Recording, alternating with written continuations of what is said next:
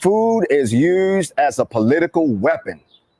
But if you have a pig in your backyard and some vegetables in your garden, you can feed yourself and your family, and nobody can push you around. That was from Fannie Lou Hamer. My name is Reverend Dr. Heber Brown III.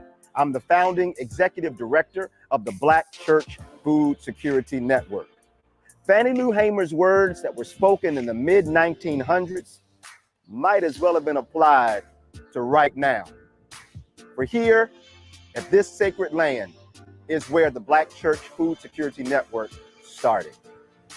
While pastoring the dynamic people of the Pleasant Hope Baptist Church, I realized that many of our members were hospitalized over and over again because of diet-related issues. I wanted to do more than just pray and provide scripture.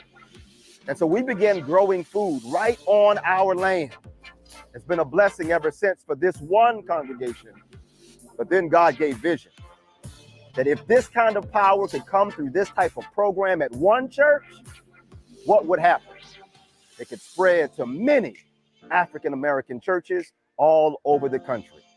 And that's just what happened. In 2015, during the Baltimore uprising, you saw the marches. Many of you saw demonstrations and protests. But what you didn't see was this church partnering with Black farmers to feed our community. We would load food up on our church bus. I would drive it around the city and make sure that our community had food.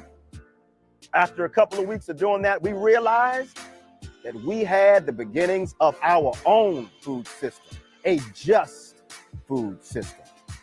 And now our work continues far beyond the city limits of Baltimore. We're across the country, working with churches and bishops and denominations in every time zone to advance Black food and land security and sovereignty in our community. 2020, what a year it has been. From a global pandemic to the latest chapter of police brutality visited upon the Black community. This has been a challenging year already. What we also recognize is that when it comes to food, there's also been many challenges. Some of you have seen the strain upon the food system. Your favorite grocery store doesn't have all the food that you want and or need. It's been harder to get what you need for your household and your family. And we're hearing now the possibility that there will be a second wave of this virus and, of course, a continuation of state violence against our community. It's time for us to do something. The Black Church Food Security Network is issuing a call to action. On Friday, June 19th, Juneteenth, we are launching a summer-long campaign to help empower the Black community. We can't wait for anybody else to come save us. Now it's time to roll up your sleeves and take our destiny in our own hands. In light of all you just heard, join us, the Black Church Food Security Network, in the Faith, Food, and Freedom Summer Campaign.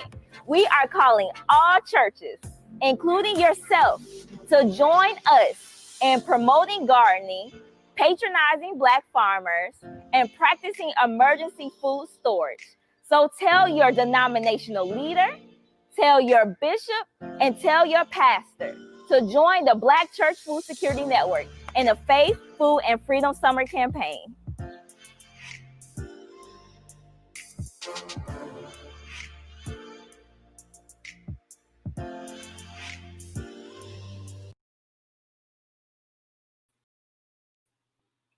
Hi, everyone. Welcome to another week, another installment of the Faith, Food, and Freedom series. I am so happy to be here with y'all again on another Sunday. And as I tell you before, and as I told you so many times, this week is going to be a treat. We have a phenomenal speaker, panelist, who is going to talk about the phenomenal work that he is doing in Detroit, Michigan. But before we get to that, I want to give the occasion So we are here because the Black Church Food Security Network has issued a national call to action to encourage churches, Black churches, to reconnect to the land and reconnect to agriculture through our three main goals: to promote gardening, patronize Black farmers, and practice emergency food storage. So if you are connected to a church, I want you to shout out the church that you are representing, as well as I want you to let us know where you are calling in from. So again, we are asking churches to do three things, just 3 things this summer: to promote gardening. And if you don't know how to promote gardening, or if you don't know what the first step of gardening is, then check out our blogs on our website. And the second thing we're asking folks to do this summer is to patronize Black farmers. And if you don't know where Black farmers are located within your area, check out our Black Farmer Directory that's on our website. And the last thing, but last but not least, we are asking everyone to practice emergency food preparedness. Do you know how to make jams from strawberries? How to can cucumbers? If you don't, we will have a series of workshops this month in August that will teach you all how to do that, those things. So stay connected with us. And I am about to pass it to Alexander Clementson, who is an organizer with the Black Church Food Security Network, who is located in Ohio. So I'm not about to give a long welcome for Alex because I think he can introduce himself. So Alex, welcome. Hey, And I'm about to pass the baton to you so you can take it over from here. definitely. Thank you. Hi, everybody. Again, my name is Alex Clementson, and I am one of the field organizers for Black Church Food Security Network here in Ohio. And I'm so excited to be on here and with you all today. We have a dynamic guest that we are about to be introduced to. And so our guest, for those who don't know, is Baba Malik Yakini. He is a musician. And one of the songs you might have just heard was Shake by the group Mollywop. That was him. He's an activist and an educator who's committed to freedom and justice for African people in particular and humanity in general. Yakini is a founder and the interim executive director of the Detroit Black Community Food Security Network. They operate a 4-acre farm in Detroit, and they spearhead efforts to establish the Detroit Food Policy Council, which he does chair. He has served as a member of the Michigan Food Policy Council from 2008 to 2010. He serves on the facilitation team of the Undoing Racism in the Detroit Food System. And then from 1990 to 2011, he served as the executive director of Nasarama Institute Public School Academy, one of Detroit's leading African-centered schools. In 2006, he was honored as Administrator of the Year by the Michigan Association of Public Academics. He has served as a member of the board of directors of Timbuktu Academy of Science and Technology since 2004. He's the CEO of Black Star Educational Management. Baba Malik is dedicated to working to identify and alleviate the impact of racism and white privilege on the food system. He has an intense interest in contributing to the development of international food sovereignty movement, and he embraces Black farmers in the Americas, the Caribbean, and Africa. He views the good food revolution as part of a larger movement for freedom, justice, and equality. Without further ado, I present to some and introduce to others Detroit's own Baba Malik. Thank you very much, Brother Alexander. It's a pleasure to be here. I want to make a couple of corrections. Please. In that bio, because that's an old one that you must have gotten off the internet. I definitely did. I have been interim director of DBCFSN since 2011, so I've been the executive director since then. Our farm used to be 4 acres; it's now 7 acres, and I haven't been a member of the Detroit Food Policy Council since 2013. I still support those efforts, and we're in alliance with them, but I'm no longer the chair, or no longer on the Food Policy Council. I appreciate the corrections. You've been doing big things since my research in the past couple of days and past couple of years. So I appreciate you for providing some clarity. And so if you're ready, we can get started. We can just jump on in. Let's do it. All right. So, I've done my research on you. Some folks who are listening and viewing now or later might know who you are. But I want us to get into an introduction just a little bit more about you. I mean, you have a long resume in the Black freedom struggle, from food activism to a freedom school and so much more. How did activism really lead you into food justice and Black sovereignty and Black food sovereignty? Let me preface my remarks by first very quickly giving thanks and praise to the Creator and also acknowledging my ancestors. So I always have to do that before I speak. So I'll say also I feel very blessed to have grown up in Detroit in a very significant time period. So I grew up in Detroit in the 1960s, and Detroit was really a hotbed of activism during that time period. So I turned 13 in 1969. And in many traditions, 13 is the age where people are moving from childhood to young adulthood and really grasp on their individual identity and kind of who they are and how they fit into the world. And so right at that time period, I was very fortunate to have some teachers at the school that I went to called Post Junior High School who played Malcolm X records for us in class and had Black Panther newspapers that we could read and exposed us to the music of John Coltrane. And so as a youngster, right at the point where I could have made a decision either to go towards the streets or to become a Negro or whatever the case might have been, I had these tremendous influences on me that helped to shape me and put me on the trajectory that I've been on ever since then.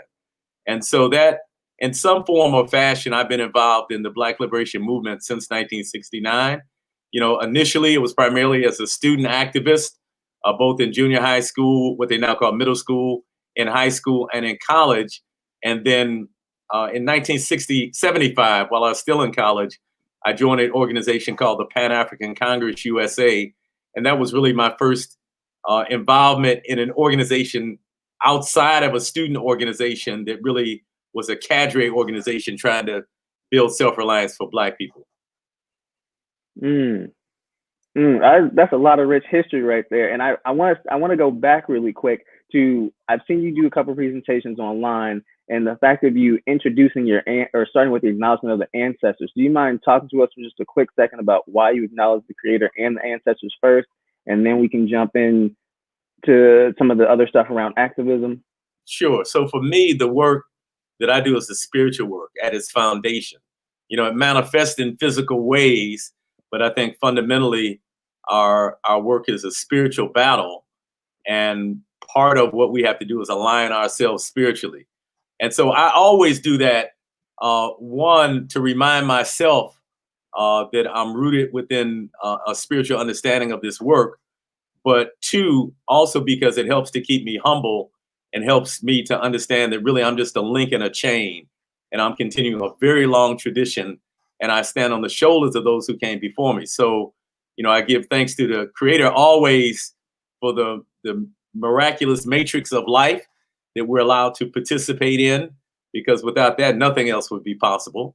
And then secondly, I have to acknowledge my ancestors, both those in my personal bloodline and those that Black people in the Western Hemisphere share collectively, because of the tremendous struggle and contribution that they have made, not only to the advancement of our people, but really have made to the contribution of the United States and world culture and civilization. And so, and to that point, when you were talking about the group that you got connected to in college, that was really the launching point of you seeing Black folks doing things for Black people, what really drew you into that, and how has that pushed you further? Yeah, well, that was a group called the Pan-African Congress USA, which was modeled largely after one of the liberation movements in South Africa called the Pan-Africanist Congress of Azania. They don't accept the term South Africa. They use one of the traditional terms to describe that geographical area, Azania. And so at that time in my life, I was developing an understanding of Pan-Africanism. I had begun to develop that understanding earlier, actually, from listening to Malcolm X and him talking about how the conditions of Black people in the United States can't be looked at in isolation, because the conditions that we face here are very similar to the conditions faced in Jamaica, or very similar to the conditions we face in Brazil or in Africa. That wherever we are, we're typically on the bottom of the socioeconomic ladder. We typically lack collective power to define our own destiny. And because it's a global system that keeps us oppressed, our approach to it has to be global also. In fact, Malcolm X advised us to internationalize our struggle. And for those who have studied the life and times of Malcolm X, you know that for much of the last year and a half of his life, he was traveling internationally, talking to African leaders and speaking before the OAU, the Organization of African Unity, really trying to build support for the struggle of the group of people that we now call African Americans. And so to this point of international connection, I want to move to a place of unpacking, understanding the People's Revolution and the protests and the things that are happening right now. And we see that around the country, there are folks who were showing up and doing demonstrations against police brutality, state-sponsored violence, and a variety of other things. So where do you see the connection between this latest uprising and farming and food, especially on an international lens and talking about Black folks across diaspora being on the bottom rung wherever we may find ourselves? So I would say that our struggle has two kind of fundamental pillars, and both of them are necessary. One of those pillars is resistance to oppression. And that's what we see with the Black Lives Matter movement. That's what we see with the protests that we've seen throughout the United States over the last couple of months, and really for the last several years, but intensified over the last few months. That's what we see in folks who are trying to change the legislation, that they are trying to create greater justice for Black people within a system that is really built on injustice and white supremacy. So, and it's very important that we continue those efforts to resist oppression. But it's also equally important that we define the world that we want to live in. We have to define the future that we want. It's not just enough to say what we're against, but we have to be clear about what we are for. And we have to actually begin to build the models that represent what we are for on a microcosmic level. And so that's why things like community gardens and food co-ops are so important, because they provide the vehicle to galvanize collective energy around our collectively shared destiny. And they become a microcosm of the type of society that we want to create. And so within our own institutions, we have to model the types of relationships that we want, that we would like to see in a larger society. For example, you know, one of the things that I've become acutely aware of over the last 20 years or so is patriarchy. You know, how this system kind of places men above women and devalues the leadership of women. And so one of the things that we have to do is within our organizations, we have to model, you know, being against patriarchy, and we have to model uplifting the feminine energy. And so within our institutions, we create these kind of microcosmic models of the human relationships that we like to see in a larger society. The same thing in terms of democracy, you know, having organizations where all members have a voice instead of these highly hierarchical systems that we're used to. You know, we have to model within our organizations what we would like to see in a larger society, you know, if we actually had state power. And so you brought up the term co-op, and I want to tie that into building the infrastructures and having state power. But could you break down what co-op is for us really quickly before we jump further? Just I want to make sure there's that background information. Sure. So a co-op is a type of business that's owned by its members. And one of the fundamental principles of a co-op is one person, one vote. So it differs from a corporation, where in a corporation, if you have a lot of money, maybe you can buy 1,000 shares. And somebody else who has a little money, they can only buy 20 shares. And so the person with 1,000 shares gets, you know, I think 50 more votes, so 50 times the voting power as the person who only has 20 shares. A co-op, on the other hand, is flat. Everybody gets one vote, one person, one vote. And so that's really important, because in places like Detroit, where we have gotten kind of accustomed to people deciding for us instead of making decisions on our own behalf, we have to learn how to exercise our democratic muscles. And when I say democratic, I want to be very clear. I'm not talking about democracy in the sense of you vote for the Republican or you vote for the Democrat. That kind of bourgeois democracy. But I'm talking about on a grassroots level within our own communities, community members making decisions about what is in our own best interest. And so co-ops, because they're democratic structures, provide the opportunity to do that. But also on the other end, on the end where profits are made, typically in a business, if it's a sole proprietorship, the profits go to that one individual. Or if it's a partnership, the profits go to the partners. If it's a corporation, the profits go to the stakeholders, the shareholders rather. But in a co-op, the profits go back to the people who are called the member owners. And so it's a way of circulating wealth on a broader basis within the Black community. You know, we hear a lot about Buy Black campaigns, which I'm totally for. You know, we need to support Black businesses, but supporting a Black business doesn't necessarily equate to the Black community as a whole being uplifted, because you could have a Black business that's owned by an individual, and that individual can put that money in their pocket and their children can go to college and do very well, but that doesn't necessarily translate into the larger community doing well.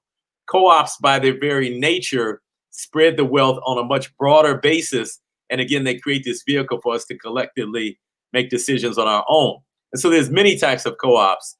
There's producer co-ops where sometimes farmers band together to buy seeds together, to sell their crops together, so on and so forth. There's worker owner co-ops where the people who work in the business actually own it, make the decisions about it. And there's the type of food co-op that we're developing, which is called a consumer co-op, where the member owners are actually people who shop at the business. So with that being the case, I want to jump into the DBCFSN.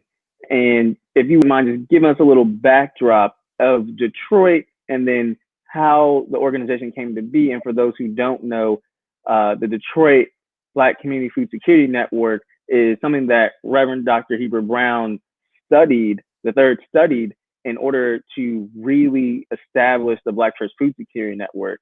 And so could you just give us a little more backdrop again of Detroit, how you all came to be, and then some of the vision of moving forward? Sure. So I'll say, first of all, Detroit is probably the Blackest city in the United States.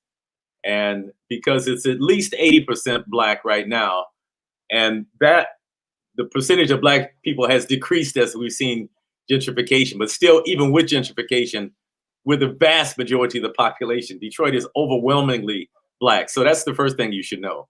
But also because it's overwhelmingly Black and it's become a seat of Black empowerment, Detroit has been under attack for a number of years, since the 1970s, when Detroit's first Black mayor, Coleman Young, was elected.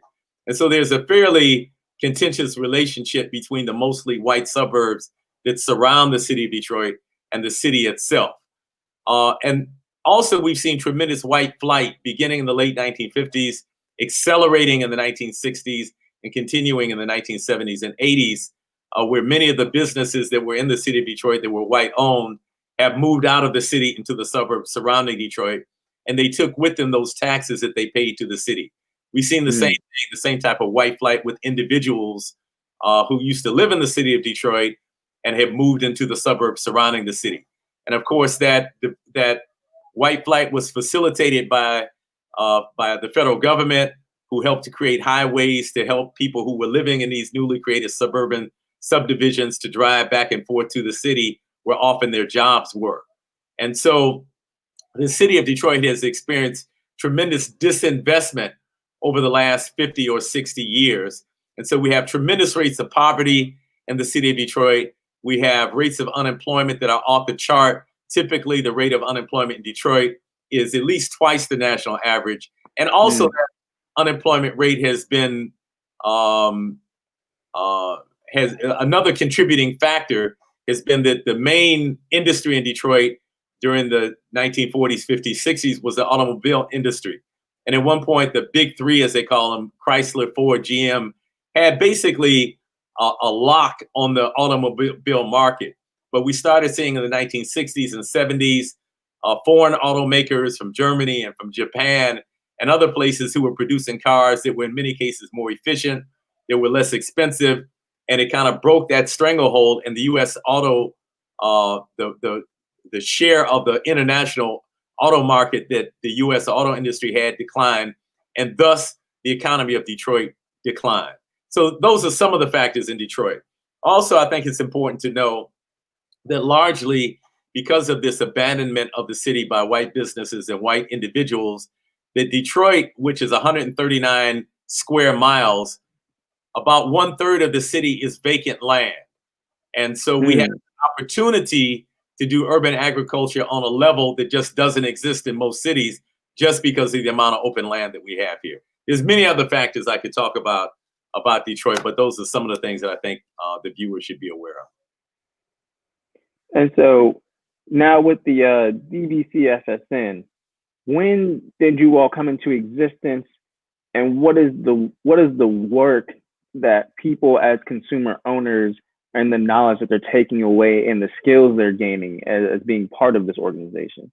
Okay, so our organization started in 2006, and we grew largely out of the work that was being done earlier at Sortimer Institute, the African-centered school that I served as director of. So at that school in about 1999, we started doing pretty intense gardening with the children at the school. We developed a food security curriculum. We required that every teacher in the school have some food-related lesson at least once a week. And so we were making this critical thinking about food part of the culture of the school. And so as this energy within the school continued to grow, we first created something called the Shamba Organic Garden Collective, because we had parents at the school who were starting to say, I'd like to have a garden in my backyard, not just have my child doing the garden at school, but I like to have a garden on my backyard or in the vacant lot next to my house. And so the Shamba Organic Garden Collective helped to facilitate the creation of about 20 gardens throughout the United States. And we did that in 2003, 2004, 2005. And then in 2006, we actually started the Detroit Black Community Food Security Network. But it's important to know that it really grew out of this earlier work. So in a sense, we weren't starting from scratch. In terms of the work of the organization, and I want to make a distinction between the Detroit People's Food Co-op, which we initiated, which is the consumer co-op I talked about, and the Detroit Black Community Food Security Network itself, kind of the parent organization. So DBCFSN is not a co-op. It's a nonprofit organization where we have about 110 members. We have both individual members, family members, and we have what we call institutional members. And so the primary work of Detroit Black Community Food Security Network falls into three kind of categories. We operate D-Town Farm, which you mentioned in the introduction. Detroit's the largest farm, which is a 7-acre farm right now, where we grow more than 36 different fruits, vegetables, and herbs each year. We do large-scale composting. We have a rainwater retention pond and system where we're able to capture rainwater. We do beekeeping. In normal times, when we're not in a pandemic, we do lots of agritourism. In normal times, we have lots of volunteer opportunities where people can come and through either formal internship programs or informally just volunteering and working side by side with us, people learn many of the ins and outs of urban agriculture. We also have a huge harvest festival each year in normal times. We're not having that this year, where we have somewhere between 500 and 1,000 people that come out on a Saturday and Sunday for a 2-day festival. And what we found is that many of the people who are not willing to come out and volunteer at the farm and put their hands in the soil are willing to come out and hear bands and hear live speakers and have food demonstrations and kind of relate to supporting our work in that way. And so the Harvest Festival has become a means of galvanizing community support and kind of, if you will, spreading the gospel of the benefits of urban agriculture. The other major program that we have is called the Food Warriors Youth Development Program. And that's a program for young people between the ages of 7 and 12. And that program is actually as old as our organization. It's one of the first things that we started doing. And so we're currently at 2 locations in the city of Detroit. We're at a school which is called the Barack Obama Leadership Academy. And again, this is in normal times because the school closed due to the COVID pandemic. But prior to that, The program ran 2 days a week after school, and it teaches young people how to build and maintain raised bed gardens. And we have 18 raised beds at that school that the students plant and maintain, but it also teaches them how to harvest that food, how to prepare it in healthy ways. And we always teach them food justice concepts, including helping to develop within them a sense of advocacy for their own community. So we help them to see the differences that exist in food access in their communities and the richer, more affluent white communities surrounding the city of Detroit. We also, everything that we do is rooted within an African-centered paradigm.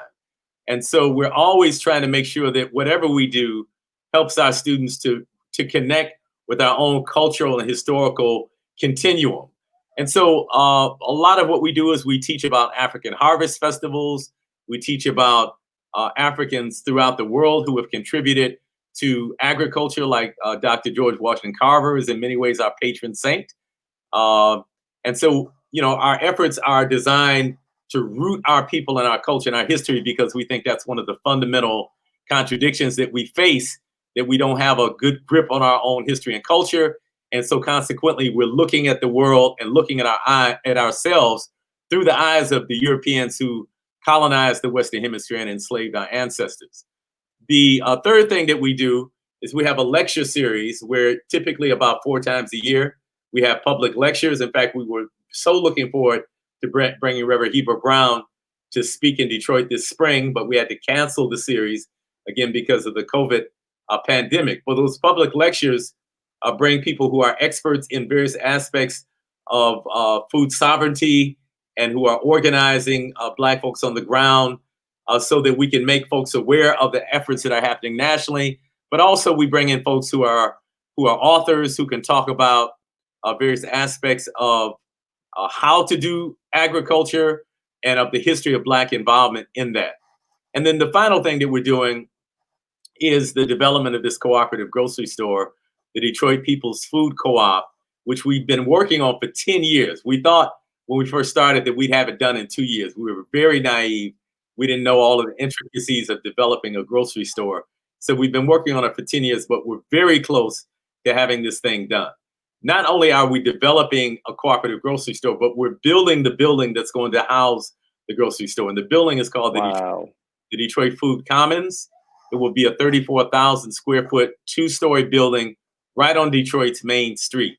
And so it's about a $13 million project. We've been working very hard to close the financing gap so we can actually start putting bricks on the ground.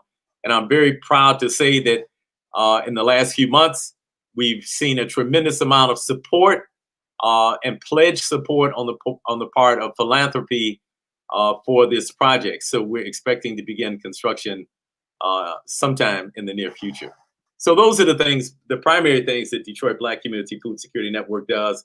And then a couple things that we've done in response to, and I see you have up on the screen, the homepage for the Detroit People's Food Co-op, and folks can kind of check that out and see what we're doing with that. But one of the things that we've done in response to the COVID pandemic, because we can't have folks come to the farm in the numbers that they used to come to volunteer. And so we shifted, and instead of encouraging people to come to one large spot, we started encouraging people to do smaller gardens where they could do it more safely with their family and neighbors. And so we started a seed sharing program this year where we mailed out seeds to people who registered for this program. And we also produced a series of 3 tutorial videos on some of the basics of gardening for those who need that basic instruction. And then most recently, in the last couple of weeks, we partnered with El Kibalan Village, another community organization in Detroit, to make 4x4 raised beds and compost and topsoil available to people as well.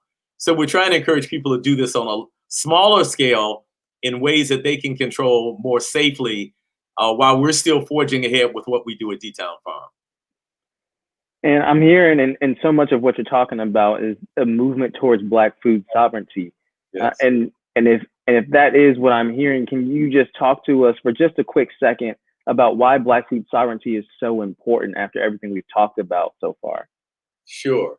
So the bottom line, and Reverend Heber Brown, quoted Fannie Lou Hamer in the film that we saw at the beginning of this this session, where she said that if you're able to feed yourself, essentially, I'm paraphrasing what she said now, that nobody can boss you around.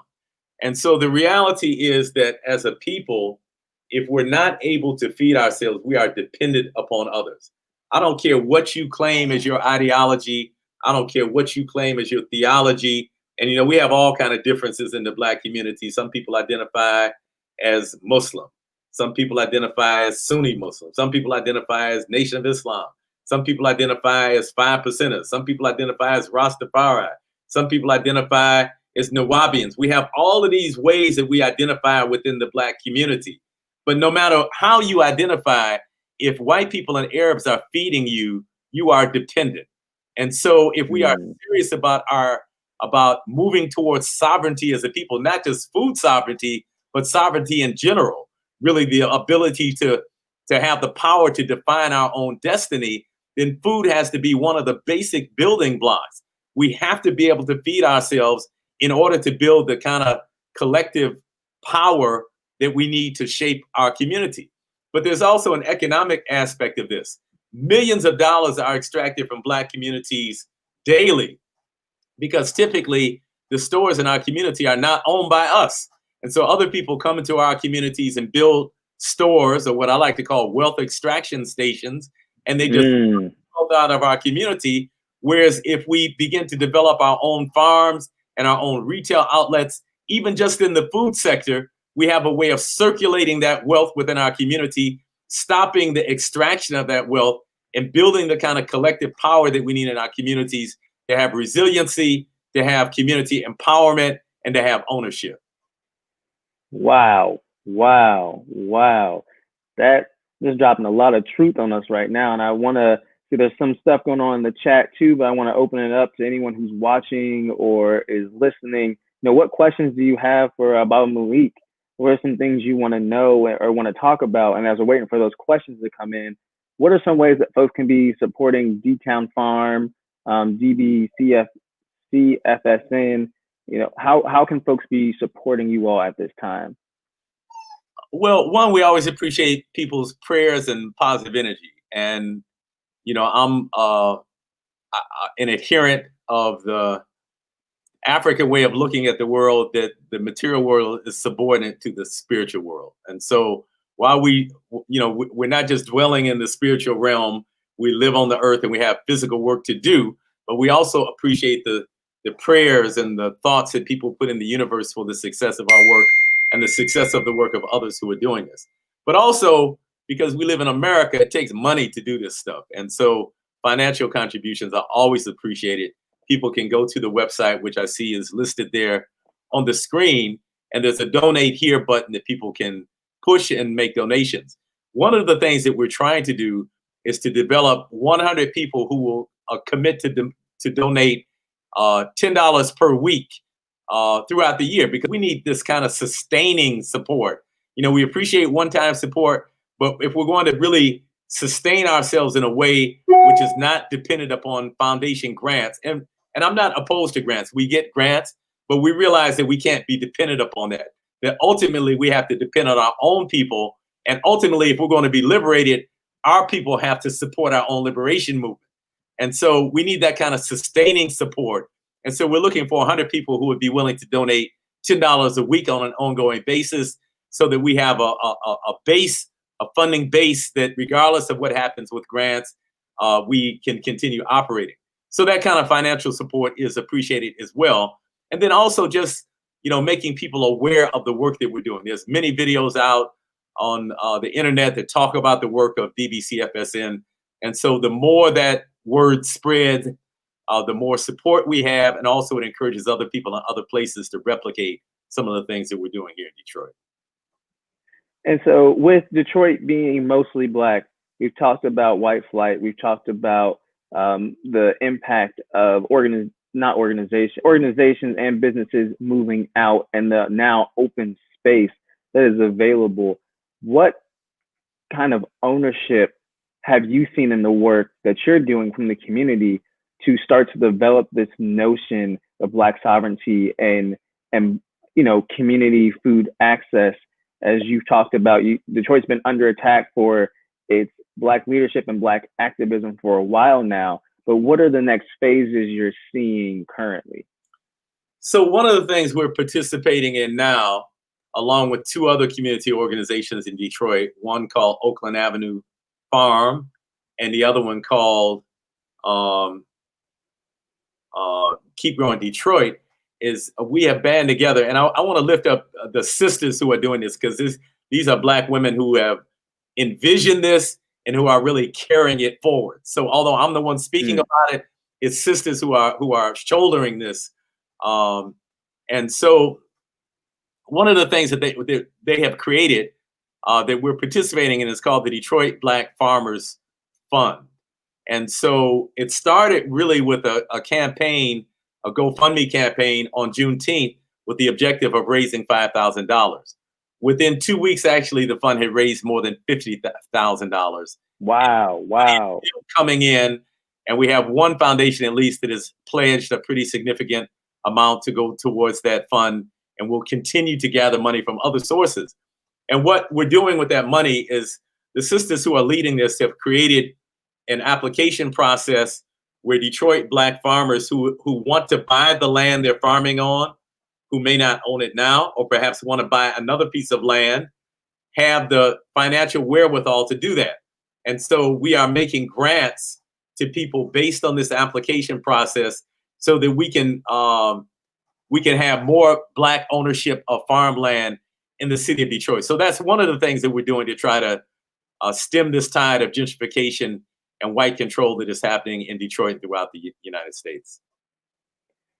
So talking about now Black land acquisition, and we can go through the history of between 1910 and the 1990s, Black folks losing 80 to 90% of all agricultural land, in the United States. And knowing that history, what does it look like in terms of things you need to be thinking through as Black land ownership and food development takes place? What are some of the strategies y'all are focusing on to avoid and then overcome some of these other conflicts that will probably arise?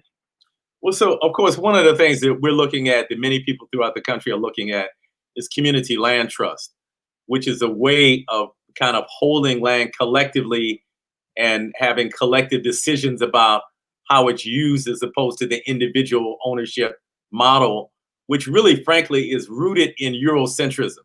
This idea of individual ownership of land is a European idea that came to the Western Hemisphere with the colonizers who came from countries like France and England and Spain, which had experienced feudalism, where you had these very wealthy people who enclosed the commons and who forced other people to then pay them taxes. And so the folks who came over here and invaded the Western Hemisphere brought this notion with them of individual land ownership. And so the collective approach that community land trusts take, we think, is a step above that. But still, it's not an absolute guarantee, because the laws regulating community land trusts are different in different parts of the country. But it's probably the best vehicle that's available to us right now to try to ensure that we have some land, some long-term stewardship of land in the hands of Black people. And really, this model of community land trust started with Sister Shirley Sherrard and her husband in Georgia. And, they started the first of those community land trusts, and now that idea is spreading throughout the United States. And just for clarification, community land trust means that the collective group owns the land, and then there are those who continue as a group to own the land, but no one person owns this particular space. Instead, it's a community resource that can be leased and can be used, but it's moved throughout the generations for those who need access to it. Am I on the right track with you? You're on the right track, yes. So you all are doing this work, doing some incredible things. What are your inspirations right now? What are you reading? What are you thinking about? What keeps you motivated and going in this space and in this time? Well, I'll start with what keeps me motivated and going. As I mentioned before, my work is primarily spiritual at its root. And so what keeps me motivated is this understanding that was conveyed to us by Dr. King, actually, by many others, but Dr. King had a very succinct way of saying it. And I'm paraphrasing. He said that the arc of the universe bends towards justice. So, you know, I guess I'm what they call a true believer, that, you know, I really believe that right wins out over wrong, and that, you know, oppression is wrong, and that if we continue and continue and continue fighting against it, that eventually we will overturn it, and we will implement systems where justice is manifested. And so that kind of unwavering knowledge that the Most High is still upon the throne, you know, however you conceptualize that. And I don't want to really get into a discussion on religion. You know, in ancient Kemet, they talked about the concept of Ma'at, and Ma'at being on the throne, representing truth, balance, reciprocity, justice. So I'm rooted in an understanding that these principles, you know, in the long run, overcome the kind of exploitive, individualistic, extractive approaches that we've seen under capitalism and white supremacy. So that keeps me motivated. But also seeing the many people the many Black folks throughout the United States, especially young people over the last 10 or 15 years, who are realizing the importance of Black food sovereignty and who are involved in this movement. And many of these people, like yourself and Sister Siobhan, are just brilliant, you know, brilliant young people who are bringing these insights and have a view of the world which is in many ways much more developed than the view of my generation, and who are taking this thing to the next level. So I'm motivated by that as well. In terms of what I'm reading, you know, there's many things that I'm reading, but some of the books that I would recommend that I would say are must-read books are the book by Dr. Monica White, and I think she maybe even has been on this series already. If not, I'm sure she will be. Freedom Farmers, where she talks about the civil rights movement and how in many ways it was led by Black farmers. And she has a chapter on Fannie Lou Hamer, in fact, and the farming co-op that she created, Freedom Farms, excuse me, and the housing that she built and all these kinds of things. And she also has a chapter on the Detroit Black Community Food Security Network. So that's a must-read book. And then also, of course, the book by Leah Penniman, Farming While Black, is both a good book in terms of the philosophical ideas driving the Black food sovereignty movement, but also it's a practical hands-on handbook. You know, how do you make sure that your farm is crop planning properly? How do you deal with the business aspects of the farm? How do you do seed saving?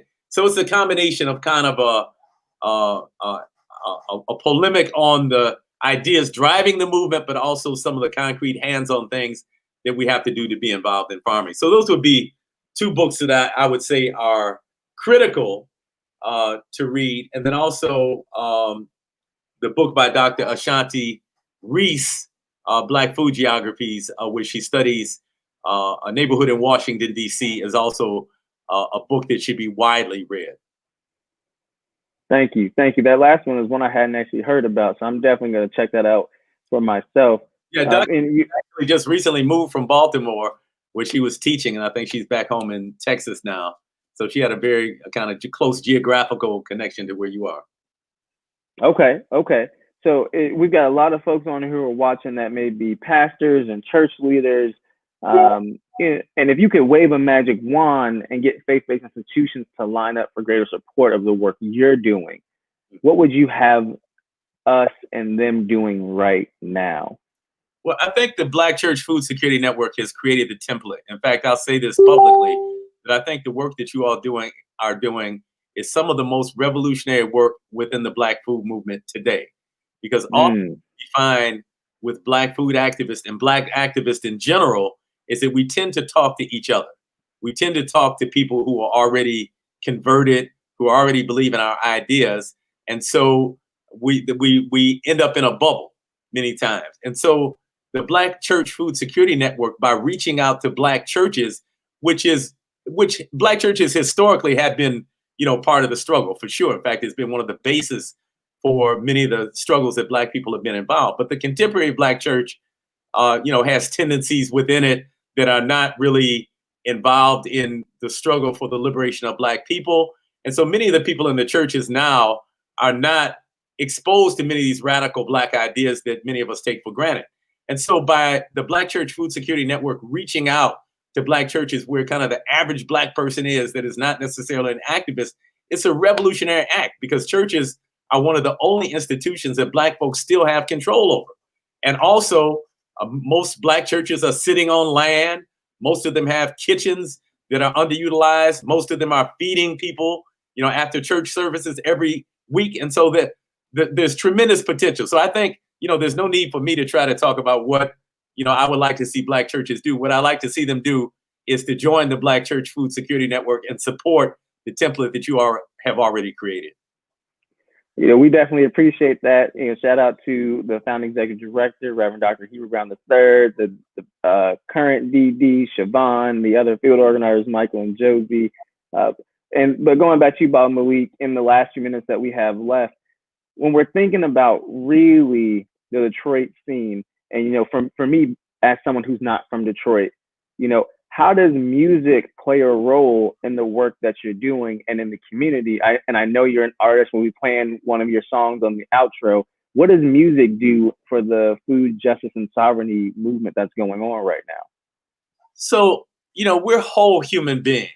We're not just political activists. I'm not just a father. I'm not just a person who farms and gardens. I'm a whole human being, and all of us are. And I forgot who this was. It might have been Audre Lorde. I'm not positive, but somebody said, and again, I'm paraphrasing, who wants to participate in a revolution where there's no singing and dancing? The thing is that in spite of the tremendous amount of oppression and disparities that our people are faced with, we still have this sense of joy, and we can't let nobody steal our joy, right? That's our God-given right. We have to embrace that. And so music and dance and the kind of other cultural arts have to be a part of what we're doing. This is not just an intellectual movement.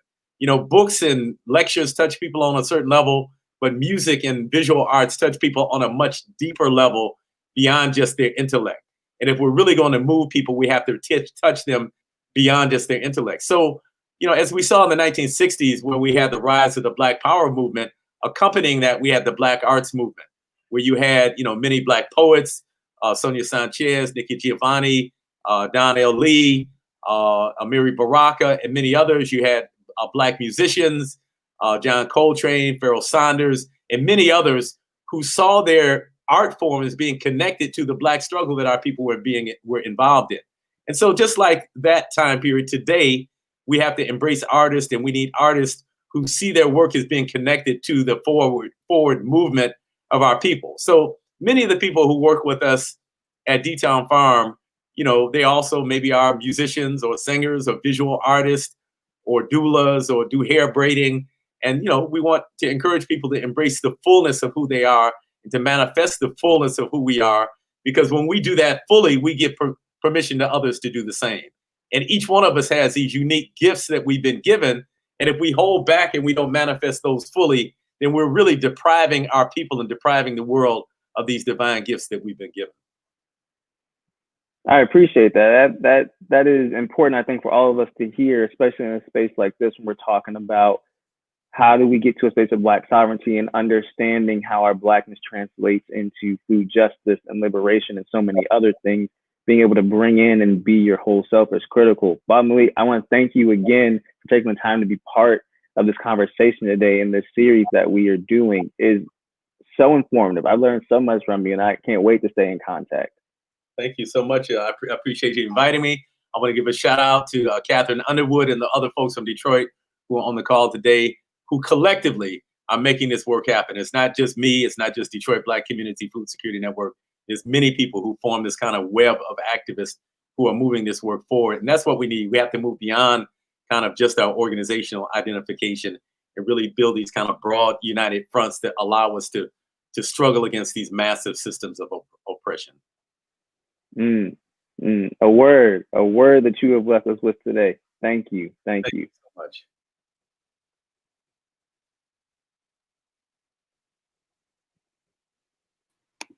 I told y'all that this interview was going to be good. In this short interview, Baba Malik has definitely challenged me, especially with the Audre Lorde quote about people should act in revolution, but also practice joy in this moment. Because I know me personally, one of the things that I do, I try to hustle. Like, I'm like, we need to do X, Y, Z to free our people. Forget the joy, everything else on the side. Like, let me read these books because I need to know this information now, because that's how we're going to change the systems currently. So now I have been, now I'm going to make more self-care, add self-care to my routine, add more Black girl joy to my routine, and also embrace that as a sign of resistance, as a sign of direct action, and equating that to the other work that I'm doing, and making sure that that is just as important as direct action. Can I? So thank you, Baba Malik. Can I share something in about 1 minute? So yes. The generation I come from, you know, the Black struggle was really intense in 1969, 1970. People were being shot at, and people are being shot at now. But I mean, the U.S. government, the COINTELPRO, had a program to murder Black leaders. And so it was a very intense time period. And I came up in that time period. I wasn't shot at personally, but my consciousness and my work ethic was shaped then. And the ethic we had then was you put your nose to the grindstone, you keep it there 24/7, and if you let up, you're a Tom. And so that's how you view Black struggle. I've learned from younger people in your generation, that self-care is equally as important. And so I really want to stress that. That's something I had to learn, because that's not something that was part of the work ethic of my generation. And so I heard a activist on a phone call the other day said Black naps matter. You know, we should feel guilty about caring for ourselves and living full and fulfilling lives at the same time that we're struggling against these systems of oppression. You know, we have to embrace joy. We have to embrace self-care, because that helps make us whole people, and it helps the solutions that we advance to be more holistic solutions. Yeah. And I think, honestly, we can have another hour on just practicing self-care, and how that is another form of resistance in this moment. Because I think there's so much to unpack there, especially with the culture that we live in. Like, we live in, our worth is determined by how much we produce as individuals, and how much value we add to society. And I think that's ingrained in our culture, like, especially, I don't want to keep the conversation going, but I think we should bring you on again, Baba Malik, for a part 2, because bring out some of these dynamic sisters in Detroit who are leading this work too. You know, I get a lot of opportunities to be a spokesperson, but I always want to lift up that there's many more people doing this work, and in Detroit, it's primarily Black women who are leading the work. Get some of them on here as well. Yes, we will have to meet some of those sisters and connect with them, most definitely. So I will follow up with you about their connections. Thank you. I see that Pastor Brown just hopped in. Did you have something? Listen, I couldn't stay behind the stage a second longer. I'm practicing backing up, and all this dynamic genius. Alex, wonderful interview. Siobhan, your genius in the chat. I mean, it's beautiful and so inspiring. Baba Malik, this was a master class tonight. It was a master class, and the way that you weave together Black history, Detroit history, food histories, organizing, and even just the arc of your own personal journey. I mean, it was masterful. And so I just want to thank you so much as well, and leave it to the Baptist preacher to say it's offering time, because I heard Baba Malik loud and clear about financially supporting this work. And so I am going to be one that signs up. Did you say $10 a week or a month, Baba? We're trying to get 100 people to donate $10 a week, which would be $40 a month, or $520 a year. All right. Once we log off, I'm going to the site. So I don't know what number y'all are at right now, but do a +1, because I'm going to be one of the ones who gives $40 a month in support of the dynamic work. It's only right. In fact, I need to do more, because Alex, I can't recall if you said it already or not. But everybody needs to know that it was the Detroit Black Community Food Security Network that inspired and through inspiration gave birth to the Black Church Food Security Network. I want that to be very clear that I was studying Baba Malik. I was studying the Dynamic Sisters and the wonderful community that he's been organizing with in Detroit. And I saw how y'all were going about it, Baba. And I was like, wait a minute, that's something that's not anchoring itself to white benevolence and charity and through a moral suasion, trying to encourage people outside of our community to come and help us poor, pitiful Black folk. Y'all were rooted in and all, we got it, we good. We are going to lean on our creator, our ancestors, pool our resources and do for ourselves. Once I saw that going on in Detroit, I said the Black church needs something like that. And so giving $40 a month is the least. I need to be doing more because of how much you've inspired me. And then even with Freedom School, and then, you know, I've been blessed to be a part of a community that gave birth to a Freedom School here in Baltimore as well. So I'm just inspired. So we got one person, wait a minute, who has signed up to give $10 a week. Can I get somebody else to do the same thing? Before we leave tonight, we got a good number of y'all watching. Who else gonna say? We're gonna put you on the screen. I need somebody else to say, I can do $10 a week to support this work. Anybody else? Come on the line, because we want to make sure we do due diligence to honor not only Baba Malik and the master class we received tonight, but the wonderful work that's going on in Detroit that has inspired people across the country. Here's my feeling. If we can help and link up with our family to get this done in Detroit with the food co-op and the many other wonderful projects, if it can be done in Detroit, it can be done anywhere. That's my belief. If Detroit can do it, Baltimore can do it. If Detroit can do it, Ohio, Cincinnati, Cleveland, y'all can do it. DC, you can do it. And so let's put our hands to the plow and say, we're going to work together. Look at that. Sister Catherine Lynch Underwood said, I got it. All right. Let me tell you about this sister here. This sister is like the queen mother of urban agriculture in the city of Detroit. She worked for the city of Detroit itself, and she's been the key person in really helping the city government get a clue as to how urban agriculture can fit into the plan for the city. So the advantage she has is that she's both rooted in community organizations and she works for the city government. So she has been an absolute key person in getting the urban agriculture policy written and passed by the city of Detroit. And again, just in general, to help the city get a clue as to how urban agriculture fits into the future. She's been the person. Yeah. Well, we want to applaud then Sister Catherine Lynch Underwood, and thank you so much. I can't wait to sit at your feet. And I know you got a bow and arrow in your profile picture. I want to be like you. And so thank you so very much for that wisdom. And just we appreciate the dynamic time that we've shared tonight as well. We won't take another minute of your time, Baba, but I do just want to, on the outro, we're going to play this dynamics. I think it was your first single from Molly Wop called Shake. Is that the first single? First single, yes. So we're going to shake on out of here. We're going to shake on out of here with this wonderful selection from Molly Wop. I'm looking forward to the video as well, coming out soon. I saw the post. But thank y'all again, Alex. Great job. Baba, thank you so very much from my heart. I appreciate you. And I'm studying. Oh man, I'm following behind you, Baba. And Siobhan, thank you for leadership as well. Thank you so much. Thank you. All right, everybody. Y'all have a wonderful night. God bless. Until next time. Next Sunday, same time, same place. We'll do it again. Peace.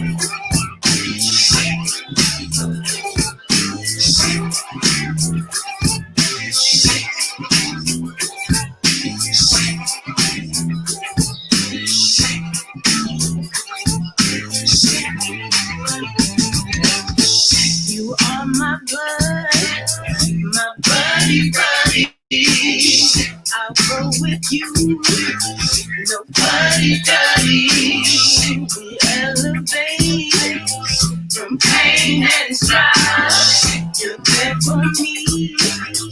You give me life. Down to the day. Down to the day. Down to the day.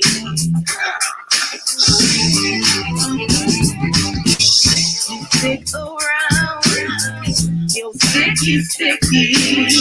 You wait for us. You say you love everything you got. Go away.